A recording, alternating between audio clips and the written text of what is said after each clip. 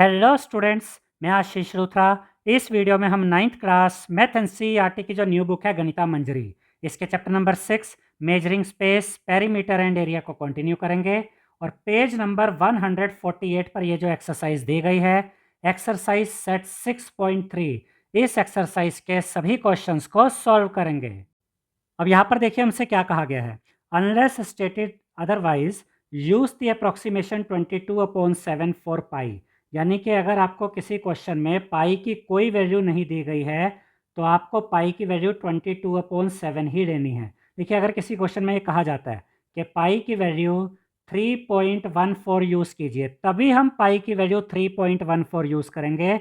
Otherwise हम पाई की value 22/7 ही use करेंगे। क्वेश्चन नंबर 1 में देखिए हमसे क्या कहा गया है।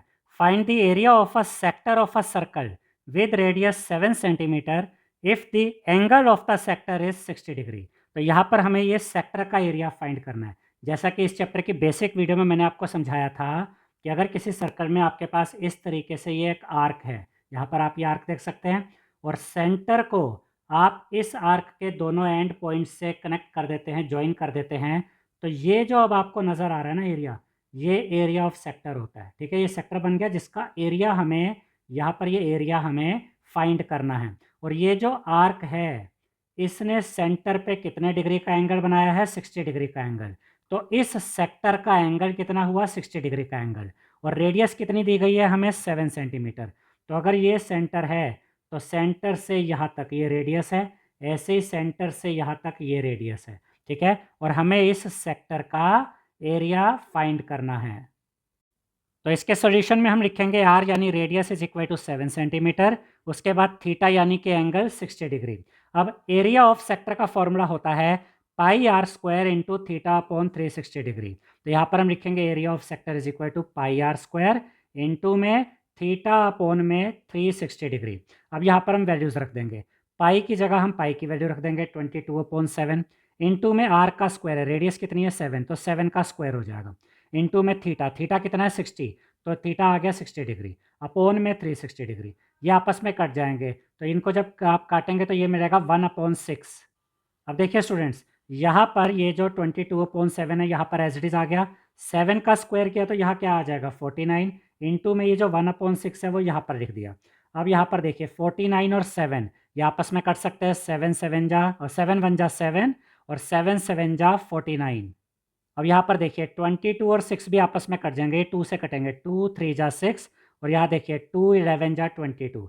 अब ऊपर क्या बचा? 11 इंटू 7 इंटू 1, 11 इंटू 7 क्या होता है? 77। तो यहाँ ऊपर हम लिखेंगे 77, अपोन में बचा ये 3, तो अपोन में आ जाएगा 3। तो एरिया ऑफ सेक्टर हमें क्या मिल गया?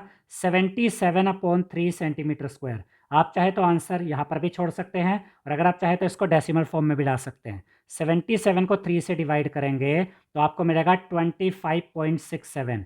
तो एरिया ऑफ सेक्टर फाइनली हमें डेसिमल फॉर्म में क्या मिल गया? 25.67 सेंटीमीटर स्क्वायर। अब हम देखेंगे क्वेश्चन नंबर 2। सेकेंड क्वेश्चन में देखिए क्या कहा गया है। Find the area of a quadrant of a circle whose circumference is 44 centimetre. यहाँ पर आप ये सर्कल देख सकते हैं, इस सर्कल का सरकमफ्रेंस हमें दिया गया है 44 सेंटीमीटर, और हमें एरिया ऑफ क्वाड्रेंट फाइंड करना है। तो इस चैप्टर की बेसिक वीडियो में मैंने आपको बताया था कि अगर आप ऐसे ही एक डायमीटर यहाँ पर बनाते हैं और एक डायमीटर यहाँ पर बनाते हैं, तो ये जो सर्कल है ये अब 4 पार्ट्स में डिवाइड हो गया, और ये जो 4 पार्ट्स है ना, ये चारों पार्ट्स इक्वल होते हैं, और इन्हीं को हम क्वाड्रेंट कहते हैं। एक क्वाड्रेंट तो आप यहाँ से यहाँ तक देख सकते हैं, ये देख रहे हैं इतना पार्ट, यहाँ से लेकर यहाँ तक एक क्वाड्रेंट यही है। ठीक है, तो आपको ये एरिया फाइंड करना है, और इसका तरीका मैंने आपको बेसिक वीडियो में ये समझाया था कि आप सर्कल का एरिया फाइंड कीजिए और उसको 4 से डिवाइड कर दीजिए, आपको क्वाड्रेंट का एरिया मिल जाएगा। हम 4 से डिवाइड क्यों कर रहे हैं? क्योंकि सर्कल का एरिया यहाँ 4 इक्वल पार्ट्स में डिवाइड होता है। जब हम क्वाड्रेंट कहते हैं ना, तो क्वाड्रेंट का मतलब है कि सर्कल 4 इक्वल पार्ट्स में डिवाइड हो गया है, और हमें इस एक क्वाड्रेंट का अगर एरिया निकालना है तो हम सर्कल के एरिया को डिवाइड कर देंगे 4 से, तो हमें इस क्वाड्रेंट का एरिया मिल जाएगा। तो सर्कल का एरिया फाइंड करने के लिए पहले हमें रेडियस निकालनी होगी, क्योंकि सर्कल के एरिया का फॉर्मूला होता है पाई आर स्क्वायर। तो रेडियस कैसे निकालेंगे? ये जो सर्कल का सरकमफ्रेंस दिया गया है ना 44 सेंटीमीटर, इसका यूज़ करेंगे। तो यहाँ हम लिखेंगे circumference is equal to 44 centimetre, और सर्कल के सर्कमफ्रेंस का फॉर्मूला होता है 2πr। तो सर्कमफ्रेंस की जगह यहाँ हम इसका फॉर्मूला लिख देंगे 2πr इज इक्वल टू 44। अब यहाँ पर पाई की वैल्यू रखते हैं, ये 2 एज इट इज़, इंटू में पाई की वैल्यू 22/7, इंटू में r इज इक्वल टू 44। अब देखिए स्टूडेंट्स, आप 2 और 22 को अगर मल्टीप्लाई करेंगे तो आपको मिलेगा 44। तो यहाँ पर आप लिखेंगे 44 अपॉन में 7 आ जाएगा। तो यहाँ हमें मिला 44/7 इंटू में r, ये as it is equal to 44। अब ये जो 44/7 है ये r के साथ मल्टीप्लाई में है। तो जब हम इस 44/7 को राइट हैंड साइड में लेकर आएंगे तो यहाँ इसका रेसिप्रोकल हो जाएगा। तो हम लिखेंगे r is equal to 44 into में ये 44/7 जब इस साइड में आया तो इसका रेसिप्रोकल हो जाएगा और इसको हम लिखेंगे 7/44। 44 आपस में कट जाएंगे, 44 1 जा 44, आप ऐसे कह सकते हैं कि 44 आपस में कट गए। तो रेडियस हमें कितनी मिल गई? रेडियस हमें मिल गई 7 सेंटीमीटर। अब इस सर्कल की रेडियस हमें मिल गई तो इसका एरिया हम आसानी से निकाल सकते हैं। तो यहाँ पर हम लिखेंगे area of circle is equal to pi R square, pi की वैल्यू 22/7 इंटू में आर यानी रेडियस जो कि है 7, तो 7 का स्क्वायर, 7 का स्क्वायर को हम ऐसे लिख सकते हैं 7 इंटू 7। तो 7 से 7 कट जाएगा। अब क्या बचा? 22 इंटू 7, 22 इंटू 7 करेंगे तो मिलेगा 154। तो इस सर्कल का एरिया हमें मिल गया है 154 सेंटीमीटर स्क्वायर। लेकिन हमें तो क्वाड्रेंट का एरिया निकालना है। तो क्वाड्रेंट का एरिया निकालने के लिए हम क्या करेंगे? सर्कल के एरिया को हम 4 से डिवाइड कर देंगे। तो यहाँ पर हम लिखेंगे area of quadrant is equal to area of circle upon में 4। एरिया ऑफ सर्कल हमें कितना मिला? 154 और अपॉन में क्या आएगा? 4। अब इसको जरा यहाँ काटते हैं, 2 से कट जाएगा, 2 2 जा 4 और आगे देखिए 2 7 जा 14, 15 में से 14 गया, 1 बचा, 1 एंड 4 14, 2 7 जा 14। तो हमें क्या मिला? 77/2। तो यहाँ पर अगर आप चाहें तो आंसर यहाँ भी छोड़ सकते हैं कि एरिया ऑफ क्वाड्रेंट हमें मिल गया है 77/2 सेंटीमीटर स्क्वायर। और अगर आप चाहें तो इसको आगे सोल्व कर सकते हैं। अगर आप 77 को 2 से डिवाइड करेंगे तो आपको मिलेगा 38.5। तो आप चाहे तो आंसर ऐसे भी लिख सकते हैं कि एरिया ऑफ क्वाड्रेंट है 38.5 सेंटीमीटर स्क्वायर। अब हम देखेंगे क्वेश्चन नंबर 3। थर्ड क्वेश्चन में देखिए हमसे क्या कहा गया है। The length of the minute hand of a clock is 7 centimetre. यानी एक क्लॉक है जिसमें कि जो मिनट हैंड है, जो मिनट वाली सुई है, उसकी लेंथ है 7 सेंटीमीटर। तो याद रखिएगा स्टूडेंट्स कि यहाँ पर जिस मिनट हैंड की बात की गई है इस तरीके से आप इसको बनाएंगे। ये सेंटर है, ठीक है। तो जो मिनट हैंड है ना 7 सेंटीमीटर, वही इस सर्कल की रेडियस होगा, क्योंकि ये जो क्लॉक है ये सर्कुलर शेप में है। तो इसके मिनट हैंड की जो लेंथ है 7 सेंटीमीटर, वही इस सर्कल की रेडियस भी है। अब आगे देखिए, find the area swept by the minute hand in 10 minutes. अब मान लीजिए कि हम ये इसको इस तरीके से देखते हैं कि मिनट हैंड 10 मिनट के बाद यहाँ आ गया, ठीक है। तो यहाँ पर आप इसको ऐसे ज्वाइन कर दीजिए सेंटर के साथ। अब 10 मिनट में इस मिनट हैंड ने कितना एरिया कवर किया, ये एरिया, ये हमें निकालना है। और आप देख सकते हैं यहाँ पर कौन सी शेप बन रही है? सेक्टर की शेप बन रही है। तो अगर हमें ये पता करना है कि 10 मिनट्स में इस मिनट हैंड ने कितना एरिया कवर किया है, तो उसके लिए हमें यहाँ पर सेक्टर का एरिया निकालना होगा। और जो सेक्टर का एरिया आएगा वही हमारा आंसर होगा। और अगर आपको सेक्टर का एरिया पता करना है तो आपको ये पता करना होगा कि यहाँ सेक्टर में इधर ये एंगल कितने डिग्री का बन रहा है। तो इसके लिए हमें ये देखना होगा कि ये जो मिनट हैंड है ये 10 मिनट्स में, ये मिनट हैंड 10 मिनट्स में यहाँ पर सेंटर पे कितने डिग्री का एंगल बना रहा है, ये हमें पता करना होगा।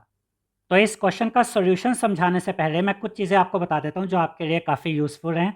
देखिए यहाँ पर जो मैंने ये लिखा है ना, ये आप अलग से नोट कर लीजिएगा, इसके सॉल्यूशन में इसको मत लिखिएगा, इसको अलग से नोट कर लीजिएगा। ये आपके लिए काफ़ी यूज़फुल साबित होगा। अगर आपको कोई मिनट हैंड वाला क्वेश्चन आ जाता है या कोई आर हैंड वाला क्वेश्चन आ जाता है तो इसका आप वहाँ पर यूज़ कर सकते हैं और ईजिली अपने क्वेश्चन को सॉल्व कर सकते हैं। देखिए यहाँ पर हम 2 चीज़ें चेक करेंगे कि जो मिनट हैंड है वो 1 मिनट में कितने डिग्री का एंगल बनाता है, और जो आर हैंड है वो 1 मिनट में कितने डिग्री का एंगल बनाता है।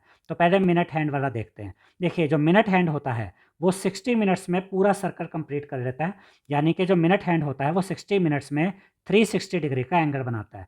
तो अगर मिनट हैंड 60 मिनट्स में 360 डिग्री का एंगल बनाता है तो ये 1 मिनट में कितने डिग्री का एंगल बनाएगा? ये जो 60 है यहाँ अपोन में आ जाएगा, 360 अपॉन 60, 0 से 0 कटा, इसको सोल्व करेंगे आपको मिलेगा 6 डिग्री। यानी जो मिनट हैंड होता है ये 1 मिनट में 6 डिग्री का एंगल बनाता है। और अगर हम इसी थर्ड क्वेश्चन की बात करें तो हमें इसमें यह पता करना है ना कि जो मिनट हैंड है उसने 10 मिनट में 10 मिनट्स में कितना डिग्री का एंगल बनाया होगा। तो अगर मिनट हैंड 1 मिनट में 6 डिग्री का एंगल बना रहा है तो 10 मिनट्स में कितना डिग्री का एंगल बनाएगा, 10 इंटू 6 यानी कि 60 डिग्री। तो इस तरीके से हमें ये पता चल जाएगा कि मिनट हैंड ने 10 मिनट्स में कितने डिग्री का एंगल बनाया।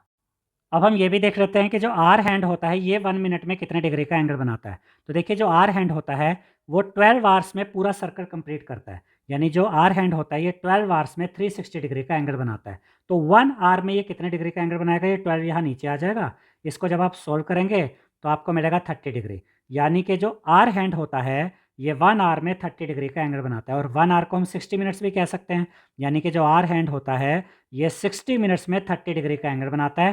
तो 1 मिनट में कितने डिग्री का एंगल बनाएगा, 60 यहाँ नीचे आ जाएगा। इसको सॉल्व करेंगे तो आपको मिलेगा 1/2 डिग्री, यानी जो आर हैंड होता है ये 1 मिनट में हाफ डिग्री यानी 1/2 डिग्री का एंगल बनाता है। तो यहाँ पर हमने दो चीज़ें सीखी कि जो मिनट हैंड होता है वो 1 मिनट में 6 डिग्री का एंगल बनाता है और जो आर हैंड होता है वो 1 मिनट में हाफ डिग्री का एंगल बनाता है। अब हम आते हैं उस मेन सॉल्यूशन पे जो यहाँ पर हमें लिखना है। तो इसके सॉल्यूशन में हम लिखेंगे आर यानी radius is equal to 7 centimetre. अब देखिए angle swept by minute hand in 60 minutes, यानी जो मिनट हैंड होता है वो 60 मिनट्स में कितना एंगल बनाता है, 360 डिग्री। ये सब मैं आपको पहले ही समझा चुका हूँ। अब आगे angle swept by minute hand in 1 minute, तो 1 मिनट में कितना डिग्री का एंगल बनाएगा, 360/60। इसको जब सॉल्व करेंगे तो आपको मिलेगा 6 डिग्री, यानी कि जो मिनट हैंड है वो 1 मिनट में 6 डिग्री का एंगल बनाएगा। तो 10 मिनट्स में कितने डिग्री का एंगल बनाएगा, angle swept by minute hand in 10 minutes, 10 into 6 degree करेंगे तो आपको मिलेगा 60 डिग्री, यानी जो मिनट हैंड है इसने 10 मिनट्स में यहाँ पर कितने डिग्री का एंगल बनाया, 60 डिग्री का एंगल। ठीक है, अब हमें क्या पता करना है कि 10 मिनट्स में इस मिनट हैंड ने कितना एरिया कवर किया। तो यहाँ हम लिखेंगे area swept by the minute hand in 10 minutes is equal to area of sector. मैंने पहले ही आपको समझाया था, अगर आपको यह पता करना है कि मिनट हैंड ने 10 मिनट्स में कितना एरिया कवर किया तो इसके लिए हमें एरिया ऑफ सेक्टर फाइंड करना होगा। और एरिया ऑफ सेक्टर का फॉर्मूला होता है पाई आर स्क्वायर इंटू में θ/360 डिग्री। अब तो हम सारी वैल्यूज यहाँ पे रख सकते हैं। पाई की जगह 22/7, रेडियस दी गई है 7, तो 7 का स्क्वायर इंटू में थीटा अभी हमने फाइंड किया 60, तो थीटा की जगह 60 अपॉन में ये 360 आ गया। अब देखिए ये 0 से 0 कट गया, इसको सॉल्व करेंगे 6 1 जा 6, 6 6 जा 36, तो क्या मिला, ये 22/7 एज इट इज़, 7 का स्क्वायर है ये 2 बार लिख दिया, इंटू में 1/6। अब आगे देखिए 7 से 7 कट जाएगा और उसके अलावा 2 3 जा 6 और यहाँ देखिए 2 11 जा 22, तो क्या बचा यहाँ पर 11 इंटू 7, तो ऊपर आएगा 77, अपॉन में ये 3 बच गया तो अपॉन में 3 आया, तो हमें क्या मिला 77/3 सेंटीमीटर स्क्वायर। अब अगर आप चाहें तो आंसर यहाँ भी छोड़ सकते हैं, अगर आप चाहें तो इसको डेसिमल फॉर्म में ला सकते हैं, यानी कि 77 को 3 से डिवाइड करेंगे तो आपको मिलेगा 25.67 सेंटीमीटर स्क्वायर। तो हमसे जो इस थर्ड क्वेश्चन में पूछा गया था कि ये जो मिनट हैंड है इसने 10 मिनट्स में कितना एरिया कवर किया, तो वो एरिया यहाँ पर हमने फाइंड कर लिया है। वो एरिया हमें मिला है 25.67 सेंटीमीटर स्क्वायर। अब हम देखेंगे क्वेश्चन नंबर 4। फोर्थ क्वेश्चन में देखिए क्या कहा गया है, अ कोड of a circle of radius 10 centimetre subtends 90 degree at the centre. तो यहाँ पर हमसे कहा गया कि एक सर्कल में ये एक कोड है और ये जो कोड है ये सेंटर पे एंगल बना रही है कितने डिग्री का, 90 डिग्री का, इस तरीके से। ठीक है, यहाँ पर ये एंगल बना 90 डिग्री का। अब इसके बाद हमसे क्या कहा गया है, find the area of the corresponding. यहाँ पर दो पार्ट्स हैं इस क्वेश्चन में, पहले हमें क्या फाइंड करना है, area of minor sector that subtends 90 degree at the centre, और सेकंड पार्ट में हमें क्या फाइंड करना है, मेजर सेक्टर का एरिया फाइंड करना है that subtends 270 degree at the centre, और पाई की वैल्यू हमें यूज़ करनी है 3.14। अब यहाँ पर कुछ चीज़ों को ध्यान से देखिए कि यहाँ पर हमसे कहा गया कि एक ये कोड है और इस कोड ने सेंटर पे यहाँ पे 90 डिग्री का एंगल बनाया, और फर्स्ट पार्ट में हमें माइनर सेक्टर का एरिया फाइंड करना है। तो हो सकता है कि आप कहें कि जो सेक्टर होता है वो तो आर्क के द्वारा बनता है, लेकिन यहाँ तो कोड दी गई है। लेकिन इस चैप्टर की बेसिक वीडियो में मैंने आपको समझाया था स्टूडेंट्स कि जब आप एक कोड के दोनों एंड पॉइंट्स को इस तरीके से ज्वाइन करते हैं तो ये आर्क भी तो बन जाती है, यानी कि जो ये एंगल यहाँ पे 90 डिग्री का इस कोड ने बनाया है, अब हम ये कह सकते हैं कि इस आर्क ने ये एंगल बनाया है, क्योंकि यहाँ पर देखिए इस सेंटर को अगर आप आर्क के दोनों एंड पॉइंट से जोड़ देंगे, कनेक्ट कर देंगे, तो यहाँ पर क्या हो रहा है, ये जो सेंटर पे एंगल बन रहा है, ये सेंटर पे एंगल इसी आर्क ने तो बनाया है। और अगर यहाँ पर अब ये आर्क है जिसने कि सेंटर पे 90 डिग्री का एंगल बनाया है, तो अब ये क्या बन गया, अब ये बन गया सेक्टर। मेरी बात को अब ध्यान से समझिएगा, ये बन गया सेक्टर।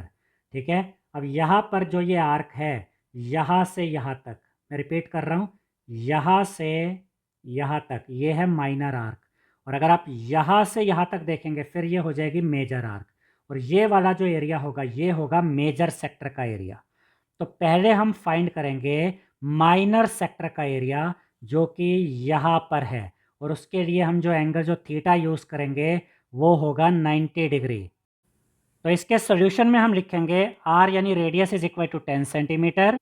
और अब यहाँ फर्स्ट पार्ट को हम सॉल्व करते हैं फॉर माइनर सेक्टर, यानी पहले हम माइनर सेक्टर का एरिया यहाँ पर निकालेंगे। उसके लिए हम लिखेंगे theta is equal to 90 degree, क्योंकि यहाँ पर जो माइनर आर्क है वो 90 डिग्री का एंगल बना रही है सेंटर पे। ठीक है, अब एरिया ऑफ सेक्टर का फॉर्मूला होता है पाई आर स्क्वायर इंटू में थीटा अपॉन 360 डिग्री। फिर चाहे वो माइनर सेक्टर हो चाहे मेजर सेक्टर हो, फॉर्मूला एक ही है, फ़र्क सिर्फ इस थीटा का आ जाता है। तो माइनर सेक्टर के लिए जो थीटा है वो 90 डिग्री है, तो हम लिखेंगे area of minor sector is equal to pi R square into में थीटा अपॉन 360 डिग्री। अब हम वैल्यूज़ रखते हैं। पाई की वैल्यू क्वेश्चन में हमें दी गई है 3.14, तो पाई की जगह हमने रखा 3.14 इंटू में रेडियस का स्क्वायर है, रेडियस है 10 तो 10 का स्क्वायर, इंटू में थीटा लिखा 90 डिग्री अपॉन में 360 डिग्री। 0 से 0 कट जाएगा, 9 1 जा 9, 9 4 जा 36, तो क्या मिल गया 1 अपॉन में 4। अब देखिए स्टूडेंट्स, ये जो 3.14 है इसमें से अगर मैं डेसिमल हटा दूँ तो राइट से 2 डिजिट के बाद डेसिमल है, तो जब डेसिमल हटाएंगे तो ऊपर आएगा 314 और अपॉन में 20 यानी कि 100 आ जाएगा। इंटू में 10 का स्क्वायर है तो 10 इंटू 10 रख दिया यहाँ पर, और उसके बाद इंटू में यहाँ क्या बचा था 1/4, वो यहाँ पर लिख दिया। अब 1 0 से 1 0 कटी, 1 0 से ये 1 0 कटी।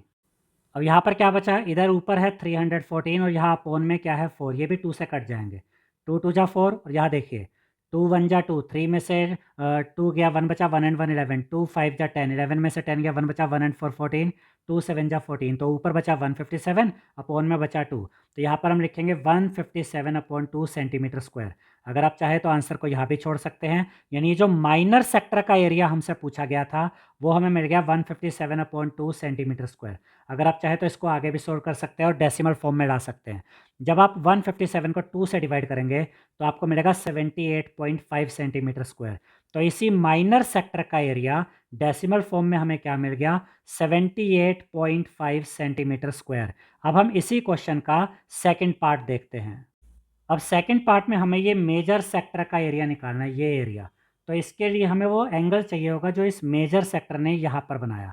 हालांकि क्वेश्चन में बताया गया है कि वो एंगल 270 डिग्री है, यहाँ पर दिया भी गया है कि मेजर सेक्टर के लिए एंगल कितना होगा 270 डिग्री। और ये हम कैसे निकालते हैं मैंने बेसिक वीडियो में आपको समझाया था। यहाँ से यहाँ तक ये पूरा एंगल होता है 360 डिग्री का। ठीक है, अगर आपको मेजर सेक्टर वाला ये एंगल पता करना है तो 360 डिग्री में से माइनस कर दीजिए ये वाला एंगल यानी कि 90 डिग्री, तो आपको क्या मिल जाएगा 270 डिग्री। तो जो मेजर सेक्टर वाला एंगल है वो हो जाएगा 270 डिग्री। अब हम थीटा यूज़ करेंगे 270 डिग्री, और फिर हमें ये जो मेजर सेक्टर है ना इसका एरिया यहाँ पर हमें मिल जाएगा। तो सेकंड पार्ट में हम लिखेंगे फॉर मेजर सेक्टर थीटा कैसे निकालेंगे, इसका 360 डिग्री माइनस 90 डिग्री यानी कि 270 डिग्री। मेजर सेक्टर का एरिया निकालना है, फॉर्मूला सेम है, area of major sector pi R square into में थीटा अपॉन 360 डिग्री। पाई की वैल्यू रखेंगे 3.14 इंटू में रेडियस का स्क्वायर यानी 10 का स्क्वायर, इंटू में थीटा 270 वो रखा ऊपर, नीचे 360, ये 0 से 0 काट देंगे। अब यहाँ पर इसको आगे सोल्व करते हैं, 9 3 जा 27 और 9 4 जा 36, क्या मिला 3/4। अब यहाँ पर ये 3.14 में से डेसिमल हटाएंगे, हमें मिलेगा 314 अपॉन में 100 इंटू में 10 का स्क्वायर यानी 10 इंटू 10, इंटू में ये 3/4 यहाँ पर आ गया। अब 1 0 से 1 0 कटी, ये इस 0 से ये 0 कट गई। ठीक है, अब यहाँ पर देखिए यहाँ पर 314 है ऊपर, और यहाँ ये अपॉन में ये 4 है, तो ये आपस में कट जाएंगे 2 से, 2 2 जा 4, और यहाँ देखिए 2 1 जा 2, 3 में से 2 गया 1 बचा, 1 एंड 1 11, 2 5 जा 10, 11 में से 10 गया 1 बचा, 1 एंड 4 14, 2 7 जा 14। तो यहाँ पर क्या बचा 157 इंटू 3, 157 इंटू 3 करेंगे तो आपको मिलेगा 471, वो यहाँ पर लिखा, और अपॉन में यहाँ क्या बच गया 2, तो अपॉन में यहाँ पर लिख देंगे 2, तो हमें मिला 471/2। ठीक है, अगर आप चाहें तो यहाँ पर भी आंसर छोड़ सकते हैं 471/2 सेंटीमीटर स्क्वायर करके, यानी कि मेजर सेक्टर का एरिया हमें मिल गया 471/2 सेंटीमीटर स्क्वायर। अगर आप इसको डिवाइड करके डेसिमल फॉर्म में लाना चाहते हैं वो भी ला सकते हैं। 471 को 2 से डिवाइड करेंगे तो आपको मिलेगा 235.5 सेंटीमीटर स्क्वायर। तो इस मेजर सेक्टर का जो डेसिमल फॉर्म में आंसर है, यानी इस मेजर सेक्टर का जो एरिया हमें निकालना था वो डेसिमल फॉर्म में आ गया है 235.5 सेंटीमीटर स्क्वायर। अब हम देखेंगे क्वेश्चन नंबर 5। फिफ्थ क्वेश्चन में देखिए हमसे क्या कहा गया है। अ chord of a circle of radius 15 centimeter subtends an angle of 60 degree at the center of the circle। यानी कि एक सर्कल है और इस सर्कल में यहाँ पर हमें एक कोड दी गई है। ठीक है, और ये जो कोड है ये सर्कल के सेंटर पे एंगल बनाती है कितने डिग्री का, 60 डिग्री का। ठीक है, और इस सर्कल की रेडियस कितनी दी गई है, 15 सेंटीमीटर। तो यहाँ पर आप ये 15 सेंटीमीटर लिख देंगे, क्योंकि यहाँ पर आप देख सकते हैं ये अगर सेंटर है, इसको मैं नाम दे देता हूँ ओ। तो ये क्या हुई, ये रेडियस हुई ना, और यहाँ पर ये क्या हुआ, ये भी रेडियस हुआ। ठीक है ना, तो यहाँ पर देखिए ये कोड है, इसने सेंटर पे एंगल बनाया 60 डिग्री, और इस सर्कल की दोनों जो रेडियस हमने यहाँ पर लिखी वो कितनी है, 15 सेंटीमीटर। और यहाँ पर इस कोड को हम नाम दे देते हैं ए बी कोड। अब उसके बाद क्या कहा गया देखिए, find the areas of the corresponding minor and major segments of the circle. और यहाँ पर हमें माइनर सेगमेंट का एरिया भी फाइंड करना है और मेजर सेगमेंट का एरिया भी फाइंड करना है।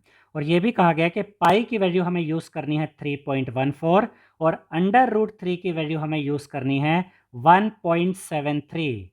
अब ये माइनर सेगमेंट मेजर सेगमेंट क्या होता है ये मैंने आपको इस चैप्टर की बेसिक वीडियो में भी समझाया था कि जैसे ये सर्कल है और इस सर्कल में अगर हम ये कोड ड्रॉ करते हैं तो ये कोड इस सर्कल को दो पार्ट्स में डिवाइड कर देती है। एक तो ये है माइनर सेगमेंट और एक ये है मेजर सेगमेंट। तो यहाँ पर हमें ये माइनर सेगमेंट का एरिया भी फाइंड करना है और मेजर सेगमेंट का एरिया भी फाइंड करना है। और यहाँ पर अगर आप इस फिगर में देखेंगे, ये वाली जो फिगर है इसमें माइनर सेगमेंट का जो एरिया हुआ ना वो ये वाला एरिया हुआ, इतना एरिया। एक तो हमें ये एरिया फाइंड करना है और बाकी जो ऊपर की तरफ सारा ये एरिया बचा हुआ है, यानी कि ये सारा एरिया है मेजर सेगमेंट का एरिया, ये भी हमें फाइंड करना है। ठीक है, अब पहले हम बात करते हैं माइनर सेगमेंट की। अगर आपको ये माइनर सेगमेंट का एरिया फाइंड करना है, ये एरिया, तो उसके लिए हम क्या करेंगे, ज़रा ध्यान से देखिए स्टूडेंट्स कि यहाँ पर ये सेक्टर भी बन रहा है, यहाँ से यहाँ तक ये सेक्टर है ना, ये यहाँ से यहाँ तक सेक्टर बन रहा है। अगर मैं इस सेक्टर का एरिया फाइंड कर लेता हूँ, ठीक है, इस सेक्टर के एरिया में से अगर मैं माइनस कर देता हूँ इतना एरिया, यानी ये ट्रायंगल का एरिया, सेक्टर का एरिया निकालेंगे और उसमें से इतना एरिया यानी कि ट्रायंगल का एरिया माइनस कर देंगे, तो बचेगा क्या, फिर बचेगा ये माइनर सेगमेंट का एरिया। यानी कि अगर मुझे ये माइनर सेगमेंट का एरिया निकालना है तो पहले मैं यहाँ पर सेक्टर का एरिया निकालूंगा और उसमें से इस ट्रायंगल ए ओ बी के एरिया को माइनस कर दूंगा, तो मुझे ये माइनर सेगमेंट का एरिया मिल जाएगा। तो इसके सॉल्यूशन में हम लिखेंगे आर यानी radius is equal to 15 centimetre और सेंटर पे ये एंगल कौन सा बन रहा है, 60 डिग्री का बन रहा है ना, तो थीटा यानी एंगल कितना हो गया, 60 डिग्री।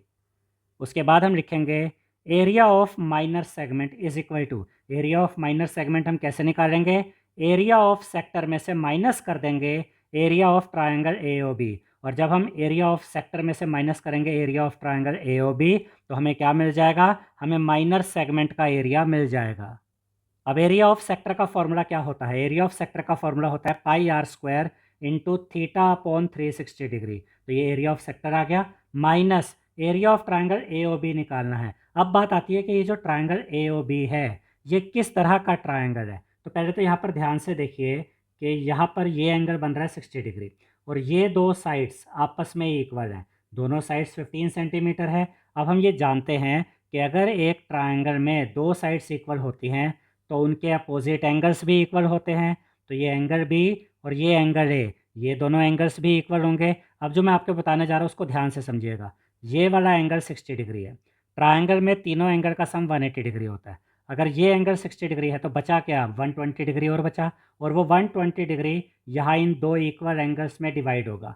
ये दोनों एंगल्स इक्वल है, तो ये एंगल भी 60 डिग्री हो जाएगा, ये एंगल भी 60 डिग्री हो जाएगा। 60 और 60 120, 120 और 60 180। इससे हमें ये पता चल गया कि ये जो ट्रायंगल है इसमें तीनों एंगल 60 डिग्री के हैं, यानी कि ये एक इक्विलैटरल ट्रायंगल है। तो अगर मुझे इस ट्रायंगल ए और बी का एरिया निकालना है तो इसके लिए मैं ये इक्विलैटरल ट्रायंगल के एरिया का जो फॉर्मूला होता है वो यहाँ पर यूज़ करूँगा, √3/4 इंटू साइड स्क्वायर, और इससे मुझे ट्रायंगल ए और बी का एरिया मिल जाएगा। तो ए माइनस का साइन और उसके बाद एरिया ऑफ ट्रायंगल ए और बी के लिए हम लिखेंगे √3/4 इंटू साइड स्क्वायर। अब क्योंकि ये एक इक्विलेटरल ट्रायंगल है तो इसकी तीनों साइड्स इक्वल होंगी, तो ये तीनों साइड्स क्या होंगी 15 सेंटीमीटर। अब हमें यहाँ पर वैल्यूज़ पुट करनी है और इसको सॉल्व करना है, जिससे कि हमें माइनर सेगमेंट का एरिया मिल जाएगा। तो यहाँ है पाई आर स्क्वायर, तो पाई इंटू आर का स्क्वायर, पाई की वैल्यू रखेंगे 3.14 इंटू में रेडियस है 15, 15 का स्क्वायर यानी कि 15 इंटू 15। फिर थीटा, यहाँ पर सेंटर पे एंगल कितने डिग्री का था 60 डिग्री, तो थीटा हम लेंगे 60 अपॉन में 360। फिर माइनस का साइन √3/4 यहाँ पर आएगा इंटू में साइड का स्क्वायर, और इस इक्विलेटरल ट्रायंगल की तीनों साइड्स 15 सेंटीमीटर है, तो 15 का स्क्वायर यानी कि 15 इंटू 15। अब आगे की कैलकुलेशन देखते हैं। देखिए यहाँ पर ये 3.14 है, अगर मैं ये डेसिमल हटा देता हूँ, राइट से 2 डिजिट के बाद डेसिमल है तो डेसिमल हटाऊंगा तो क्या मिलेगा 314 अपॉन में 100, नीचे 2 जीरो आ गए यानी 100 आ गया, ठीक है। फिर इंटू में 15 इंटू 15 यहाँ पर एज इट इज़ लिखा। अब देखिए ये 0 से 0 कट जाएगी, 6 1 जा 6, 6 6 जा 36, तो क्या बचा 1/6, वो 1/6 यहाँ पर हमने लिख दिया। माइनस का साइन, √3 की वैल्यू यहाँ पर हमें दी गई है 1.73 यूज़ करनी है, तो √3 की जगह यहाँ पर मैंने लिख दिया 1.73 अपॉन में 4 आ गया, इंटू में 15 इंटू 15 यहाँ पर एज इट इज़। अब देखिए स्टूडेंट्स, यहाँ पर ये 314 है, यहाँ पर ये 6 है, ये दोनों 2 से कट जाएंगे, तो इनको 2 से काटते हैं। 2 3 जा 6, और यहाँ देखिए 2 1 जा 2, 3 में से 2 गया 1 बचा, 1 एंड 1 11, 2 5 जा 10, 11 में से 10 गया 1 बचा, 1 एंड 4 14, 2 7 जा 14। अब आप 157 को, अच्छा यहाँ पर एक कटिंग और भी हो सकती है, 3 1 जा 3 और 3 5 जा 15। अब यहाँ पर हमें क्या मिला 157 इंटू 5 इंटू 15 और अपॉन में 100।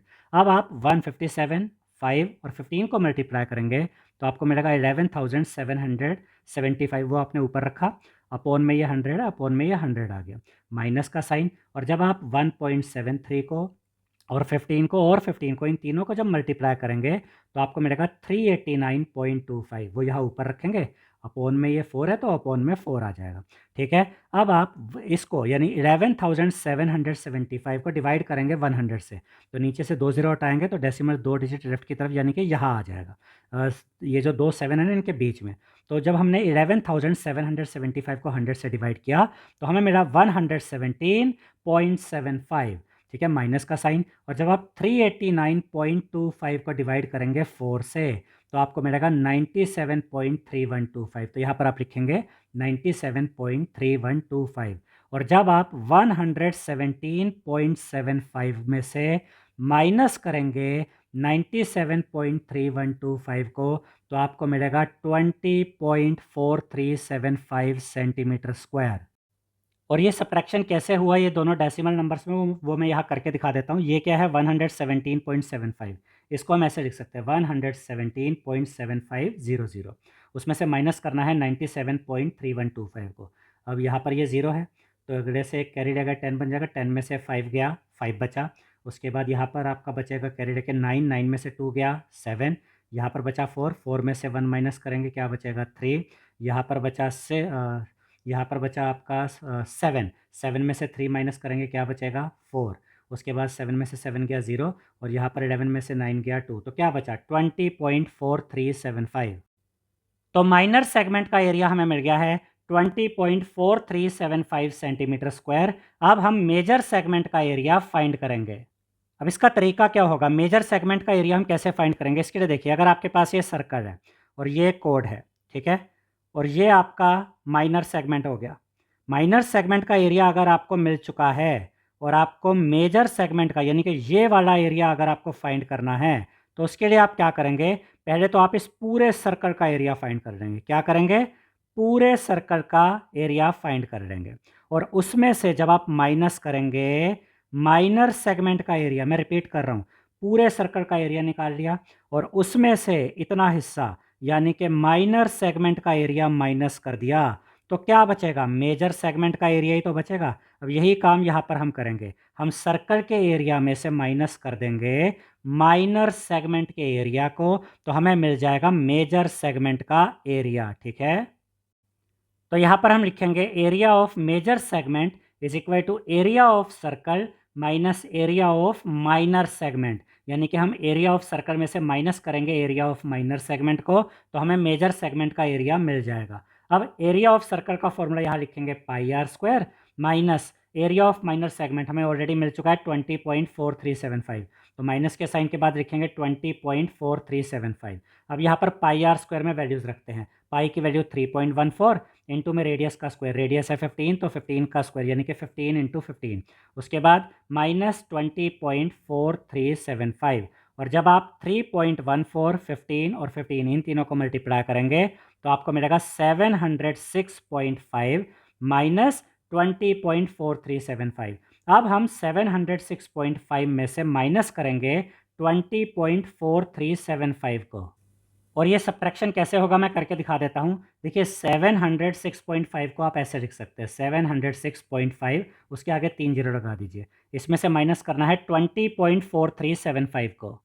अब देखिए यहाँ पर ये 0 है, एक कैरी लेंगे 10 बन जाएगा, 10 में से 5 माइनस करेंगे 5 यहाँ बचेगा, फिर आगे 9, 9 में से 7 गया 2, यहाँ 9, 9 में से 3 गया 6, उसके बाद यहाँ पर क्या बचेगा 4, 4 में से 4 गया 0 डेसिमल, और उसके बाद 6 में से 0 गया 6, उसके बाद यहाँ से कैरी लेंगे 10 बन जाएगा, 10 में से 2 गया 8, यहाँ बचेगा 6, यानी कि 686.0625।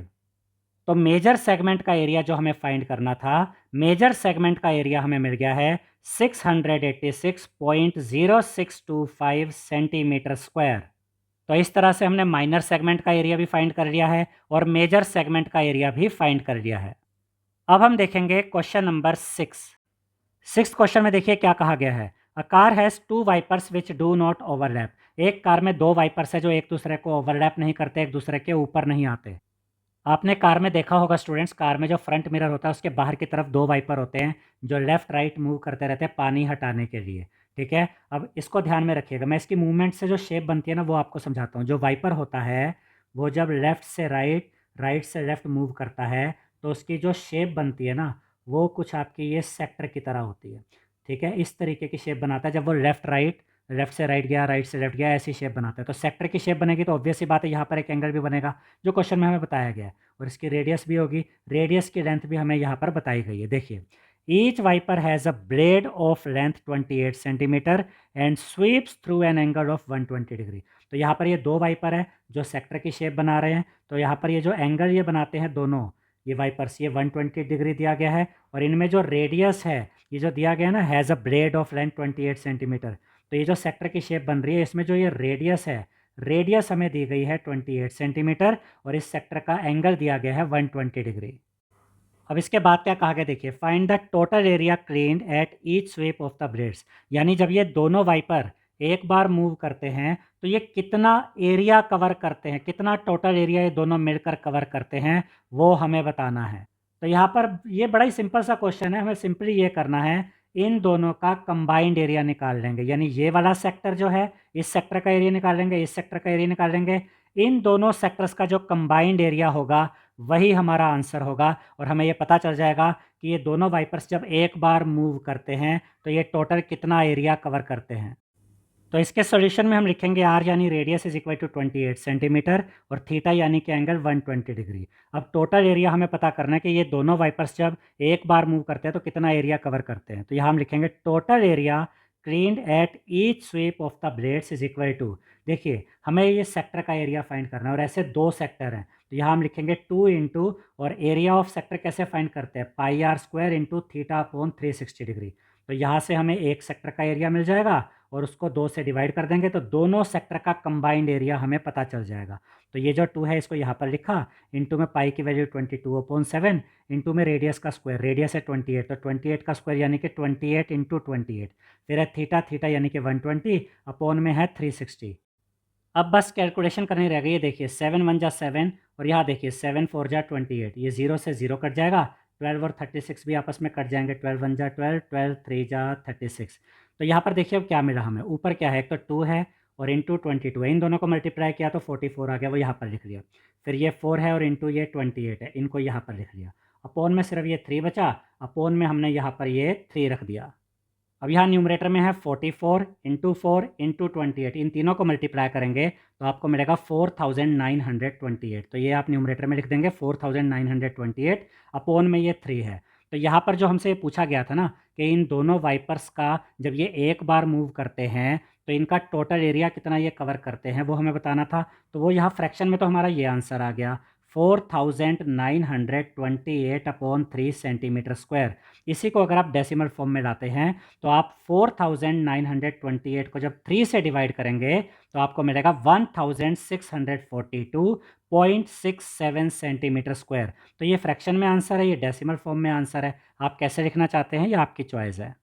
तो यहाँ पर ये क्वेश्चन नंबर 6 कंप्लीट हो गया है। अब हम देखेंगे क्वेश्चन नंबर 7।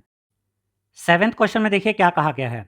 अ कोड of a circle of radius R subtends an angle of 60 degree at the centre of the circle. तो यहाँ पर ये सर्कल में कोड है जिसको हमने नाम दिया ए बी, और हमसे कहा गया कि ये जो कोड ए बी है ये सेंटर पे जो एंगल बना रही है ये एंगल है कितने डिग्री का, 60 डिग्री का। और यहाँ पर ये रेडियस ओ ए, ये भी एक रेडियस है, और ओ बी ये भी रेडियस है, और रेडियस हमें आर ही दी गई है। तो रेडियस हमने कितनी लिख दी यहाँ पर, आर। अब हमसे क्या कहा गया आगे, show that the area of the corresponding minor segment of the circle is equal to pi R square bracket में 1/6 माइनस √3/4। हमें ये प्रूव करना है, हमें ये शो करना है कि ये जो माइनर सेगमेंट का एरिया है, ये माइनर सेगमेंट का एरिया है, हमें ये शो करना है कि ये इसके इक्वल है पाई आर स्क्वायर ब्रैकेट में 1/6 माइनस √3/4। अब यहाँ पर आगे बढ़ने से पहले मैं ये भी आपको क्लियर कर दूँ कि यहाँ पर ये मिस प्रिंटिंग है। यहाँ पर जो सही आंसर होगा ना वो ये नहीं होगा। यहाँ पर जो सही आंसर आएगा, जो हमें माइनर सेगमेंट जिसके इक्वल प्रूव करना है, वो होगा आर स्क्वायर ब्रैकेट में पाई/6 माइनस √3/4। जब हम इस क्वेश्चन को सोल्व करेंगे तो तब आपको ये समझ में आ जाएगा कि ये मिस प्रिंटिंग हुई हुई है और जो माइनर सेगमेंट का एरिया वो इसके इक्वल होना चाहिए। अब यहाँ पर ये माइनर सेगमेंट का एरिया कैसे निकालेंगे, ये बिल्कुल क्वेश्चन नंबर 5 की तरह है। क्वेश्चन नंबर 5 में भी हमने माइनर सेगमेंट का एरिया फाइंड किया था और उसमें मैंने आपको क्या तरीका बताया था कि यहाँ पर ये सेक्टर भी बन रहा है। तो हमने क्या किया था, सेक्टर का एरिया फाइंड किया था और उस सेक्टर के एरिया में से हमने क्या माइनस कर दिया था, ये ट्रायंगल ए ओ बी का एरिया। तो जब हमने सेक्टर के एरिया में से ट्रायंगल ए ओ बी का एरिया माइनस किया था तो हमें क्या मिल गया था, हमें इस माइनर सेगमेंट का एरिया मिल गया था। आप खुद भी इस चीज़ को इमेजिन कर सकते हैं कि अगर हम सेक्टर के एरिया में से ट्रायंगल ए ओ बी का एरिया माइनस कर देते हैं तो ऑब्वियस सी बात है कि यहाँ पर ये माइनर सेगमेंट का एरिया हमें मिल जाएगा। और जैसा कि 5th क्वेश्चन में हमने देखा था कि ये जो ट्रायंगल ए ओ बी था वो 5th क्वेश्चन में इक्विलेटरल ट्रायंगल था। यहाँ पर भी ये ए ओ बी इक्विलेटरल ट्रायंगल है। कैसे, यहाँ पर एंगल कितने डिग्री का बन रहा है, ये 60 डिग्री का एंगल। ये दोनों साइड्स की लेंथ सेम है आर। अब यहाँ पर अगर ये दो साइड्स इक्वल हैं तो इस ट्रायंगल में ये इनके अपोजिट एंगल्स भी इक्वल होंगे। अब ये एंगल 60 डिग्री है, बाकी कितने एंगल बचे इस ट्रायंगल में, दो एंगल बचे और उनका सम कितना होगा 120, और वो 120 भी आपस में इक्वली डिवाइड होंगे, यानी कि ये भी 60 हो जाएगा, ये भी 60 हो जाएगा। यानी इस ट्रायंगल ए ओ बी में तीनों एंगल 60 डिग्री के हो गए। सेम यही चीज़ें हमने क्वेश्चन नंबर 5 में देखी थी। तो ये एक इक्विलेटरल ट्रायंगल है, तो इसका मतलब इसकी तीनों साइड्स इक्वल हैं। और अगर हमें इक्विलेटरल ट्रायंगल का एरिया फाइंड करना हो तो उसका फॉर्मूला हम क्या यूज़ करते हैं, √3/4 साइड स्क्वायर। तो यहाँ पर अब बस हम इतना करेंगे कि एरिया ऑफ सेक्टर में से माइनस कर देंगे area of triangle A O B, तो हमें माइनर सेगमेंट का एरिया मिल जाएगा। तो यहाँ पर हम लिखेंगे radius is equal to R, radius हमें आर दी गई है, थीटा यानी कि ये जो एंगल है ये एंगल कितने डिग्री का बन रहा है, 60 डिग्री का। ठीक है, तो थीटा यहाँ पर हमने लिखा 60 डिग्री। उसके बाद देखिए area of minor segment is equal to area of sector minus area of triangle A O B. अब एरिया ऑफ सेक्टर का फॉर्मूला यहाँ हम लिखेंगे पाई आर स्क्वायर इंटू में थीटा अपॉन 360 डिग्री, माइनस का sign. Area of triangle A O B के लिए यहाँ पर हम लिखेंगे √3/4 इंटू साइड स्क्वायर। अब देखिए ये जो पाई आर स्क्वायर है एज इट इज़ आ जाएगा, थीटा की जगह यहाँ लिखेंगे 60 क्योंकि थीटा 60 डिग्री है, अपॉन में 360 आ गया। ये अगर आप काटेंगे यहाँ पर तो क्या बचेगा, 0 से 0 कटा, 6 1 जा 6, 6 6 जा 36, क्या मिला 1/6। अब यहाँ पर देखिए माइनस √3/4 यहाँ पर एज इट इज़ आ गया, अब इस ट्रायंगल की तीनों साइड्स इक्वल हैं, यहाँ पर तीनों साइड्स कितनी होंगी, आर होंगी ना, ये दो साइड्स आर है तो तीसरी साइड भी आर होंगी, तो यहाँ पर हम साइड स्क्वायर की जगह लिखेंगे आर का स्क्वायर। अब देखिए ये पाई आर स्क्वायर यहाँ पर एज इट इज आ गया, इंटू का साइन यहाँ पर क्या बचा था 1/6, तो ये लिखा 1/6। उसके बाद देखिए माइनस √3/4 इंटू आर स्क्वायर। अब इन दोनों टर्म्स में यहाँ पर और यहाँ पर क्या कॉमन है, इन दोनों में अगर आप ध्यान से देखेंगे सिर्फ ये आर स्क्वायर कॉमन है, तो आर स्क्वायर बाहर कॉमन आ गया। अब जब यहाँ से इस टर्म में से आर स्क्वायर कॉमन आ गया तो बचा क्या, एक तो पाई बचा इंटू में 1/6, पाई इंटू 1/6 बचा, वो यहाँ पर हमने लिख दिया माइनस का साइन। आर स्क्वायर तो बाहर कॉमन आ गया, बचा क्या √3/4, वो हमने यहाँ पर लिख दिया। ठीक है, अब देखिए ये जो आर स्क्वायर है यहाँ पर एज इट इज आया, पाई इंटू 1 करेंगे तो ऊपर तो पाई आ जाएगा, अपॉन में 6 है, माइनस √3/4। तो यहाँ पर जो माइनर सेगमेंट का एरिया है वो हमें कितना मिल गया है, आर स्क्वायर ब्रैकेट में पाई/6 माइनस √3/4। और यहाँ पर मैंने आपको सही करके बताया था, ये मैंने कहा था ना मिस प्रिंटिंग है, सही जो आंसर होना चाहिए वो ये होना चाहिए, आर स्क्वायर ब्रैकेट में पाई/6 माइनस √3/4। और सेम यही आंसर यहाँ पर हमें मिला है। अब हम देखेंगे क्वेश्चन नंबर 8। 8th क्वेश्चन में देखिए क्या कहा गया है, an equilateral triangle is inscribed in a circle of radius R, यानी कि ये एक सर्कल है जिसकी कि रेडियस हमें दी गई है आर, जो भी मैं आपको बनाकर दिखाऊंगा।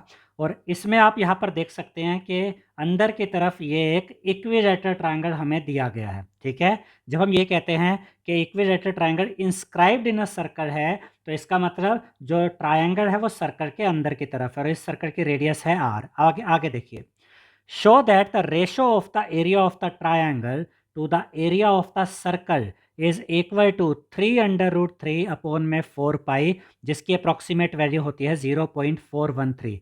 तो यहाँ पर हमसे ये कहा गया है कि अगर हम ट्रायंगल का एरिया और सर्कल के एरिया की रेशो निकालते हैं, यानी ऊपर आप रखेंगे एरिया ऑफ ट्रायंगल और अपॉन में आप रखेंगे एरिया ऑफ सर्कल, तो आपको जो आंसर मिलना चाहिए वो आंसर ये आना चाहिए 3√3 अपॉन में 4 पाई, जिसकी अप्रॉक्सीमेट वैल्यू होती है 0.413।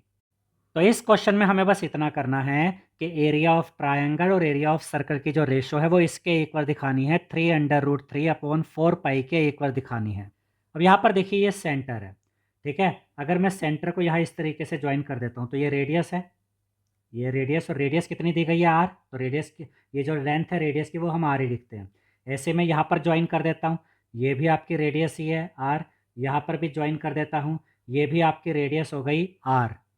अब जो मैं आपको बताने जा रहा हूँ इसको बड़े ध्यान से समझिएगा स्टूडेंट्स, ये बहुत ही इंपॉर्टेंट पॉइंट है कि अगर आपके पास एक सर्कल है जैसा कि इस क्वेश्चन में दिया गया है, और अगर उस सर्कल की रेडियस आर है और उस सर्कल में अगर ये इक्विलेटरल ट्रायंगल है, जैसा कि यहाँ इस क्वेश्चन में हमें दिया गया है कि ये एक इक्विलेटरल ट्रायंगल है, तो ये एक सर्कल है जिसमें रेडियस आर है और इसमें ये एक इक्विलेटरल ट्रायंगल है, तो इस इक्विलेटरल ट्रायंगल की तीनों साइड्स की लेंथ होगी √3r। क्या लेंथ होगी इस इक्विलेटरल ट्रायंगल की तीनों साइड्स की, √3r। और इसी को यहाँ पर अब हम इस सॉल्यूशन में यूज़ करेंगे। अब यहाँ पर हम ये प्रूव करके नहीं दिखाएंगे कि ये √3r कैसे आया, हम सिर्फ ये वाली स्टेटमेंट लिखेंगे क्योंकि इसका सॉल्यूशन बहुत लेंथी हो जाएगा। ठीक है, तो ध्यान से समझिए, side of equilateral triangle inscribed in a circle with radius r is equal to √3r।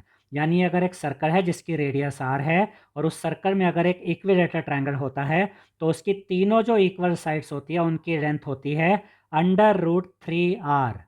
और यहाँ पर एक पॉइंट मैं आपको और क्लियर कर देता हूँ, जब मैंने ये सेंटर को, सेंटर जैसे मैं मान लेता हूँ कि ये O है, मैंने सेंटर को यहाँ पर ज्वाइन किया, यहाँ पर ज्वाइन किया, यहाँ पर ज्वाइन किया, तो यहाँ पर ये 3 ट्रायंगल्स और बन गए, तो इसमें किसी तरह की आपको कन्फ्यूजन नहीं होनी चाहिए।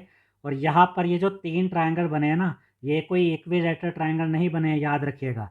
अगर आप मैं ये क्यों बता रहा हूँ कि यहाँ गलती कर सकते हैं आप, कि ये जो ट्रायंगल है जैसे कि इस ट्रायंगल में अगर आप देखेंगे तो ये साइड और ये साइड इक्वल है, तीनों साइड्स इक्वल नहीं है, तो ये जो ट्रायंगल होंगे ना, ये वाला और ये वाला ट्रायंगल, ये इक्विलेटरल ट्रायंगल नहीं होंगे, ये बल्कि आइसोसेलेस ट्रायंगल होंगे। तो इसमें किसी तरह की कन्फ्यूजन आपको नहीं होनी चाहिए। और हमने क्या सिंपली करना है, जो मैंने यहाँ पर आपको लिख कर बताया है कि अगर एक इक्विलेटरल ट्रायंगल है और सर्कल की रेडियस r है, तो ये इक्विलेटरल ट्रायंगल जो सर्कल के अंदर है इसकी तीनों साइड्स होंगी √3r। आपने बस इस पर ध्यान देना है। अब हमें करना क्या है, हमें एरिया ऑफ ट्रायंगल और एरिया ऑफ सर्कल की रेशो निकालनी है। तो अब हम पहले ट्रायंगल का एरिया निकालते हैं, फिर सर्कल का एरिया निकालेंगे। तो यहाँ पर हम लिखेंगे area of equilateral triangle. Equilateral triangle का एरिया कैसे निकालते हैं, √3/4 इंटू में साइड का स्क्वायर। तो इसको आगे यहाँ पर लिखते हैं √3/4 एज इट इज आ गया, इंटू में साइड कितनी आई है इस इक्विलेटरल ट्रायंगल की, तीनों साइड्स √3r। तो साइड की जगह √3r लिखा और उसका स्क्वायर कर दिया। अब आगे देखिए, अब देखिए स्टूडेंट्स, ये √3/4 यहाँ पर आ गया और उसके बाद यहाँ पर √3r का स्क्वायर है। अब √3 के ऊपर अगर स्क्वायर है तो स्क्वायर और रूट कट जाएंगे, तो यहाँ बचेगा 3 और r का स्क्वायर करेंगे तो ये r² आएगा। यानी कि इसको हम ऐसे कह सकते हैं कि जब हमने √3r का स्क्वायर किया तो हमें मिला 3r²। ठीक है, अब आप क्या करेंगे, ये 3 को जरा इसके साथ मल्टीप्लाई कर दीजिए √3 के साथ। तो इनको मल्टीप्लाई करेंगे तो मिलेगा 3 √3। ठीक है, और अपोन में क्या है 4 और ये r² यहाँ पर इस तरीके से लिख देंगे। तो इस तरीके से अब हमें पता चल गया कि जो इक्विलेटरल ट्रायंगल यहाँ पर है जो सर्कल के अंदर है, इसका एरिया हमें मिल गया है 3 √3/4 r²। अब हम सर्कल का एरिया देखते हैं। तो इसके बाद यहाँ पर हम लिखेंगे area of circle. Area of circle का क्या फॉर्मूला होता है, πr²। और यहाँ पर रेडियस क्या दी गई है, रेडियस आ रही है तो आर की जगह कुछ और तो रखेंगे नहीं, तो एरिया ऑफ सर्कल यही रहेगा πr²। तो अब हमारे पास ये एरिया ऑफ इक्विलेटरल ट्रायंगल आ गया, ये एरिया ऑफ सर्कल आ गया। अब यहाँ पर ना वर्डिंग्स पे ध्यान दीजिए कि यहाँ पर जो ऑर्डर है वो क्या है, क्या ऊपर क्या रखते हैं नीचे क्या रखते हैं। एरिया ऑफ ट्रायंगल पहले है और एरिया ऑफ सर्कल बाद में दिया गया है। तो इनकी अगर रेशो पता करनी है तो एरिया ऑफ ट्रायंगल ऊपर यानी कि न्यूमरेटर में आएगा। ठीक है, और जो एरिया ऑफ सर्कल है वो अपोन में आएगा। ठीक है, तो यहाँ पर हम लिखेंगे area of triangle upon area of circle. अब एरिया ऑफ ट्रायंगल हमें कितना मिला था, 3 √3/4 r² और अपोन में एरिया ऑफ सर्कल कितना है πr²। अब बड़े ध्यान से समझिए, ये जो πr² है ना, इसके नीचे कुछ नहीं है, मतलब यहाँ पर 1 है। तो जब इसको ऊपर लेकर जाएंगे तो इसका रेसिप्रोकल हो जाएगा। तो ये 3 √3/4 r², ये तो यहाँ पर एज इट इज़ रहेगा, इंटू का साइन। इसको जब ऊपर लेकर जाएंगे तो इसका रेसिप्रोकल हो जाएगा। तो अभी क्या है, ये πr²/1, जब ऊपर जाएगा तो रेसिप्रोकल होकर बन जाएगा 1/πr²। अब ये r² से r² कट जाएगा, तब यहाँ क्या बचा 3 √3/4 और अपोन में यहाँ पर ये 5 है। बड़े ध्यान से समझिए, ऊपर क्या है 3 √3, तो ऊपर तो लिखेंगे 3 √3, अपोन में ये 4 और ये पाई आपस में मल्टीप्लाई हो जाएंगे तो ये बन जाएगा 4π। तो यहाँ पर ये जो रेशो आ गई ट्रायंगल और सर्कल की रेशो आ गई, वो कितनी आ गई 3 √3 अपोन में 4π, जो किसके अप्रोक्सीमेट होती है 0.413 के। और यही चीज़ तो यहाँ दी गई थी कि हमें एरिया ऑफ ट्रायंगल और एरिया ऑफ सर्कल की रेशो किसके इक्वल दिखानी थी, 3 √3/4π के इक्वल दिखानी थी, जिसकी अप्रोक्सीमेट वैल्यू ये होती है 0.413। तो हमने जो रेशो दिखाई है वो बिल्कुल सही आई है, 3 √3 में 4π। अब हम देखेंगे क्वेश्चन नंबर 9। 9th क्वेश्चन में देखिए क्या कहा गया है, a square is inscribed in a circle of radius r। यहाँ पर आप देख सकते हैं एक सर्कल है जिसकी रेडियस r है और इस सर्कल के अंदर एक स्क्वायर बना हुआ है और इस स्क्वायर को हमने नाम दे दिया है ABCD। अब अगर ये स्क्वायर है तो इसके जो चारों एंगल्स है वो कितने डिग्री के होंगे, 90 डिग्री के होंगे, वो भी यहाँ पर हमने दिखा दिया।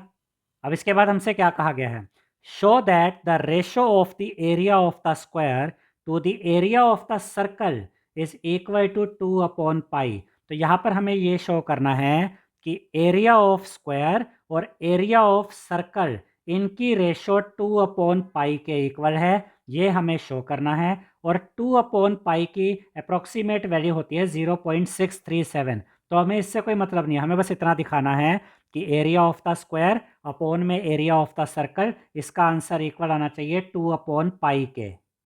अब यहाँ पर आप देख सकते हैं स्टूडेंट्स कि इस स्क्वायर का मैंने यहाँ पर ये डायगनल भी ड्रॉ किया है BD, और ये जो स्क्वायर का डायगनल है ना, ये इस सर्कल का डायमीटर भी है जो कि सेंटर से होके पास हो रहा है। ठीक है, तो ये जो सेंटर है यहाँ से यहाँ तक, ये क्या हो गया, ये रेडियस हुई ना, इसलिए यहाँ R लिखा।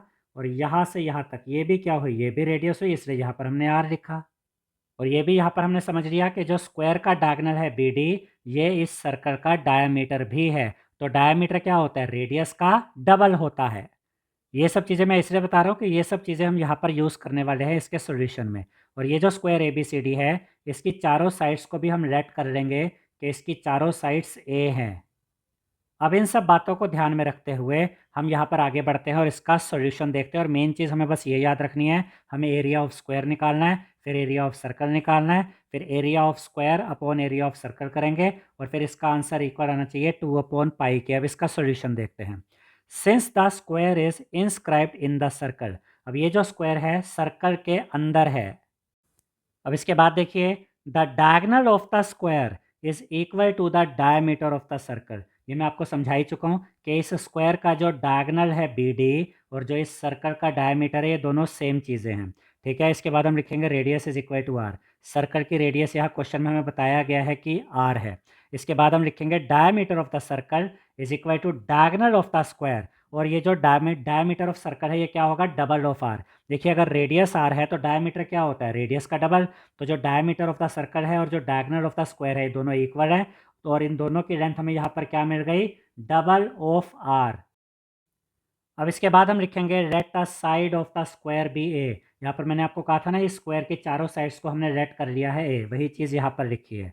इसके बाद इन राइट एंगल ट्रायंगल ABD। अब हम यहाँ पर यूज़ करेंगे राइट एंगल ट्रायंगल ABD को। देखिए, ये है राइट एंगल ट्रायंगल ABD। ठीक है, ये इसको अब हम यूज़ करने वाले हैं।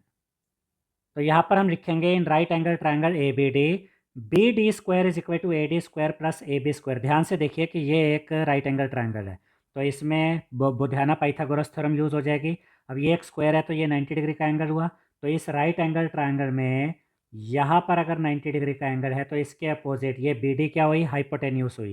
तो BD का स्क्वायर यानी हाइपोटेन्यूस का स्क्वायर, तो यहाँ पर वही लिखा ना, BD का square is equal to perpendicular हमने क्या लिया, AD। ये है परपेंडिकुलर और ये हमने लिया है बेस। तो BD का square is equal to AD का स्क्वायर प्लस AB का स्क्वायर। और जो BD है यानी कि यहाँ पर ये जो हमने डायमीटर देखा था, ये इसको ऐसे कह सकते हैं कि इसका जो ये हमने डायगोनल देखा था BD, जो कि इस समय इस ट्रायंगल के लिए क्या काम कर रहा है, हाइपोटेन्यूस का काम कर रहा है। BD की लेंथ हमें कितनी मिली थी, डबल ऑफ R। तो BD की जगह यहाँ पर हम क्या रखेंगे, डबल ऑफ R, तो यानी 2R का स्क्वायर हो जाएगा। AD और AB दोनों की लेंथ सेम है, AD भी A है और AB भी A है, क्योंकि चारों साइड सेम है इस सर्कल की, इस स्क्वायर की, और चारों साइड्स हमने AD थी। तो AD की जगह A का स्क्वायर प्लस AB की जगह A का स्क्वायर। अब यहाँ पर हम ये कर क्या रहे हैं, हमें यहाँ पर ना ये स्क्वायर का एरिया मिल जाएगा। देखिए, इस स्क्वायर की चारों साइड्स क्या है, A है।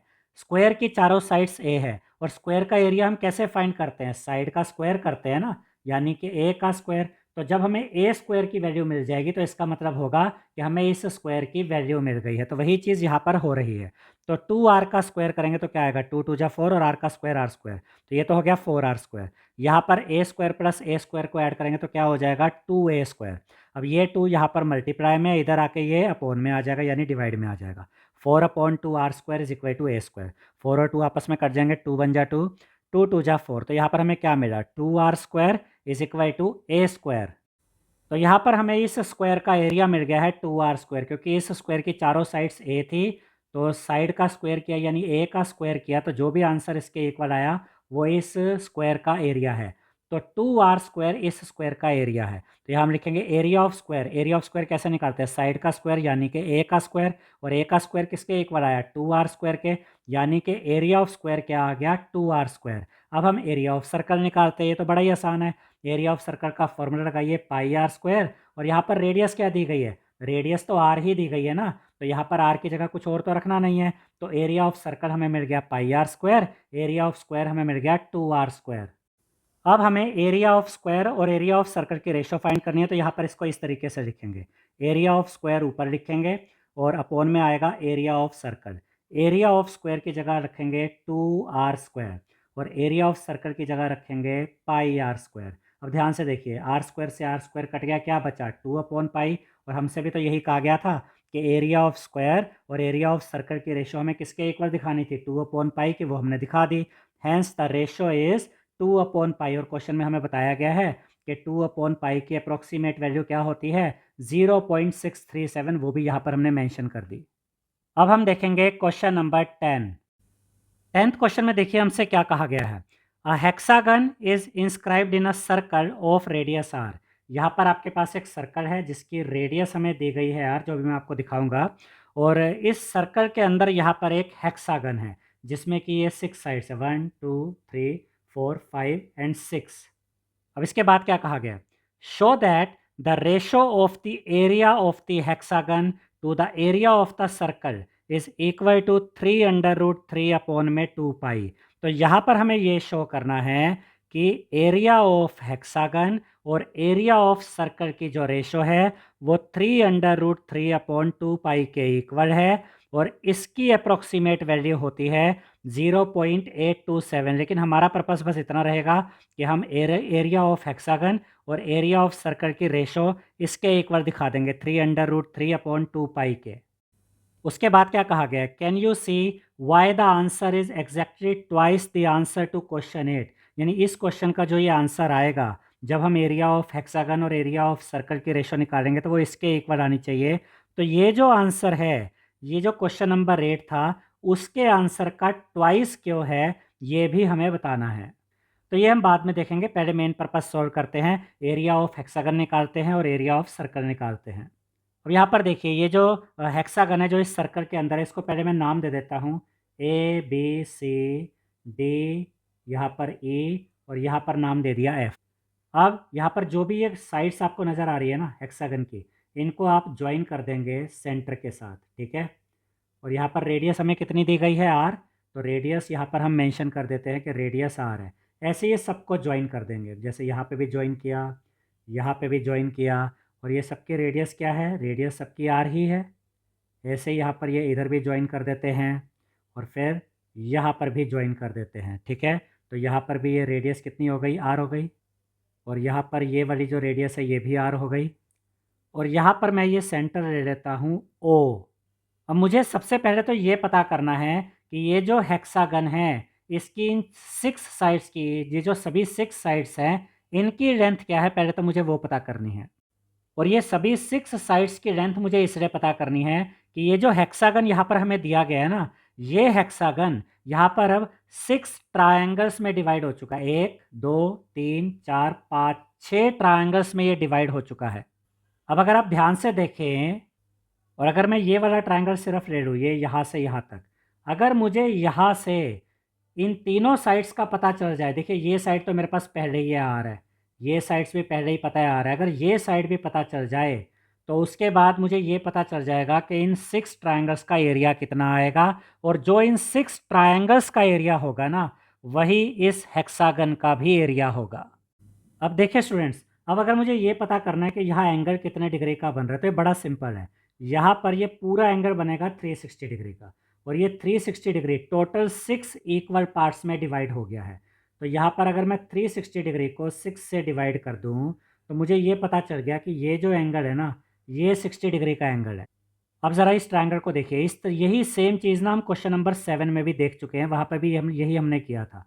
यहाँ पर देखिए ये एंगल 60 डिग्री का दिख रहा है, ठीक है। उसके अलावा ये वाली साइड आपकी R है, ये वाली साइड भी आपकी R है, यानी कि ये एक यहाँ पर ऐसा ट्रायंगल है जिसमें 2 साइड्स इक्वल हैं। तो अगर ये वाली साइड और ये वाली साइड इक्वल है तो इनके ये अपोजिट एंगल भी इक्वल होंगे।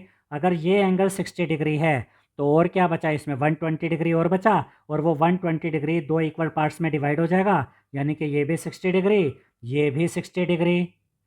तो इस ट्रायंगल के तीनों एंगल 60 डिग्री के हो गए। तो इसका क्या मतलब हुआ कि ये एक इक्विलेटरल ट्रायंगल है, और अगर इसकी ये 2 साइड्स की लेंथ R है तो ये वाली साइड की लेंथ भी R होगी। तो इससे अब हमें ये पता चल गया कि ये एक रेगुलर हेक्सागन है जिसकी सभी साइड्स की जो लेंथ है वो R है। तो यहाँ पर हमें इस रेगुलर हेक्सागन की सभी साइड्स पता चल गई R है। और यहाँ पर हमें ये भी पता चल गया कि यहाँ पर जो ये 6 ट्रायंगल्स बन रहे हैं ये सभी इक्विलेटरल ट्रायंगल्स हैं। अब इन सब बातों को ध्यान में रखते हुए हम आगे बढ़ते हैं। Side of a hexagon inscribed in a circle with radius R is equal to R।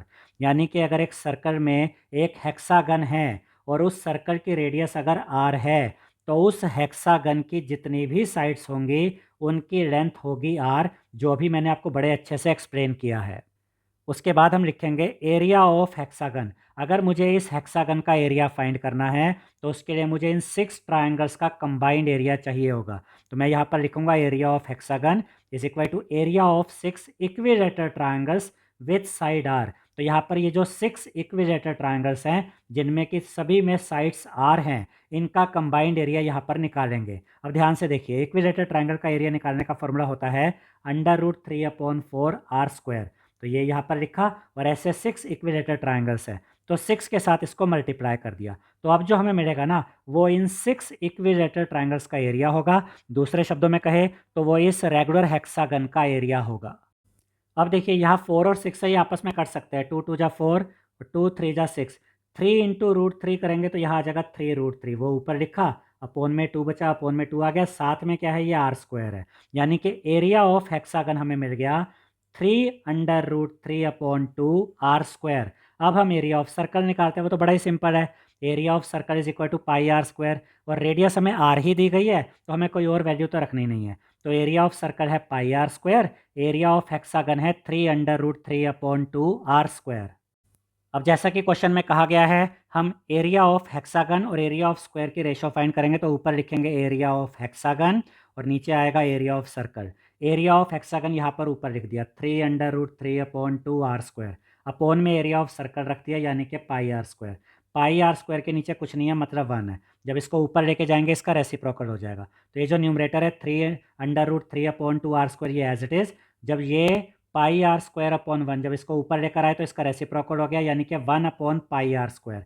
अब ये आर स्क्वायर से आर स्क्वायर कट गया, यहाँ क्या बचेगा हमारे पास, ये ऊपर तो है ये 3√3, वो यहाँ पर लिख दिया, और नीचे क्या है, यहाँ पे 2 है, यहाँ पे पाई है, इनको मल्टीप्लाई किया तो नीचे 2 पाई आ गया।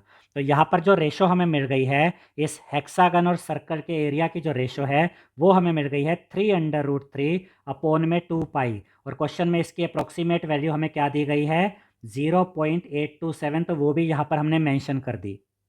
तो जैसा कि क्वेश्चन में हमसे कहा गया था कि हमें एरिया ऑफ हेक्सागन और एरिया ऑफ सर्कल की रेशो को इसके इक्वल दिखाना है, 3√3/2 पाई के इक्वल दिखाना है, तो वो यहाँ पर हमने शो कर दिया है।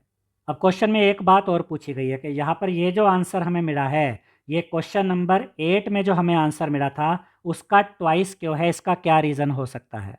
तो क्वेश्चन नंबर 8 में हमें जो आंसर मिला था स्टूडेंट्स, वो यहाँ पर मैं थोड़ा रफली सॉल्व करके दिखा देता हूँ। क्वेश्चन नंबर 8 का आंसर था 3√3 अपोन में 4 पाई। अब अगर मैं इसका ट्वाइस कर दूँ, यानी इसको 2 से मल्टीप्लाई कर दूँ, तो देखिए 2 1 जा 2, 2 2 जा 4, तो क्या बचा हमारे पास, 3√3 अपोन में 2 पाई। यही आंसर यहाँ पर आया हुआ है ना, यानी कि ये जो आंसर है ये क्वेश्चन नंबर 8 के आंसर का ट्वाइस है। अब इसका क्या रीज़न हो सकता है ये हमें बताना है। अब इसके बारे में मैं आपको समझा देता हूँ कि यहाँ पर जो फिगर हमने देखी थी, यहाँ पर हमारे पास ये 6 इक्विलेटरल ट्रायंगल्स थे, लेकिन क्वेश्चन नंबर 8 में हमारे पास कोई इक्विलेटरल ट्रायंगल नहीं था। मैं एक बार फिर से आपको वो फिगर दिखा देता हूँ। जैसा कि मैंने आपको क्वेश्चन नंबर 8 में समझाया था कि यहाँ पर जो मेन ट्रायंगल है वो 3 ट्रायंगल्स में डिवाइड हुआ है, ये वाला ट्रायंगल, ये वाला ट्रायंगल और ये वाला ट्रायंगल। और मैंने ये भी बताया था कि ये तीनों आइसोसेलेस ट्रायंगल है, ये इक्विलेटरल ट्रायंगल नहीं है, और ये हो भी नहीं सकते। कैसे, देखिए यहाँ पर ये टोटल एंगल कितना होगा, 360 डिग्री, और ये कितने पार्ट्स में डिवाइड हो रहा है, 3 इक्वल पार्ट्स में, तो एक पार्ट हो गया 120 डिग्री, ऐसे यहाँ पर ये भी हो गया 120 डिग्री, ऐसे ये भी हो गया 120 डिग्री।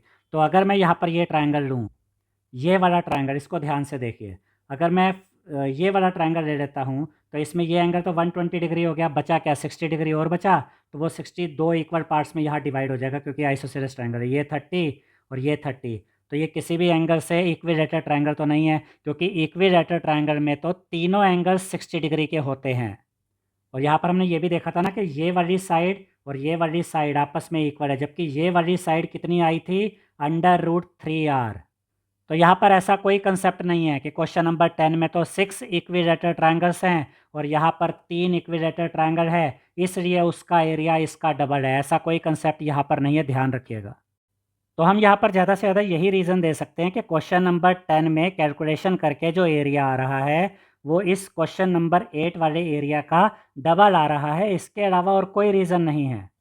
तो क्वेश्चन नंबर 10 में फाइनली यहाँ पर हम लिखेंगे the answer is exactly twice the answer in question 8 because the hexagon covers twice the area covered by the inscribed triangle. यानी क्वेश्चन नंबर 8 में जो इंस्क्राइब्ड ट्रायंगल था उसका जो एरिया था उसके कंपैरिजन में ये जो यहाँ पर ये जो हेक्सागन इस क्वेश्चन में हमें दिया गया क्वेश्चन नंबर 10 में, ये हेक्सागन उस ट्रायंगल के एरिया के कंपैरिजन में डबल एरिया कवर कर रहा है, यही रीज़न यहाँ पर दिया जा सकता है और कोई रीज़न नहीं है। तो इस तरह से ये एक्सरसाइज सेट 6.3 यहाँ पर कंप्लीट हो गई है। अब इसके बाद हमें दिया गया है end of chapter exercises. Next video में हम इस एक्सरसाइज के सभी क्वेश्चंस को सॉल्व करेंगे। आई होप स्टूडेंट्स आपको हमारा ये वीडियो पसंद आया होगा। अगर आपको हमारा ये वीडियो पसंद आया है तो इस वीडियो को लाइक करें, शेयर करें, हमारे चैनल को सब्सक्राइब करें और बेल आइकॉन बटन ज़रूर दबाएं, जिससे हमारी हर नई वीडियो का नोटिफिकेशन आपको मिलता रहे। Thank you.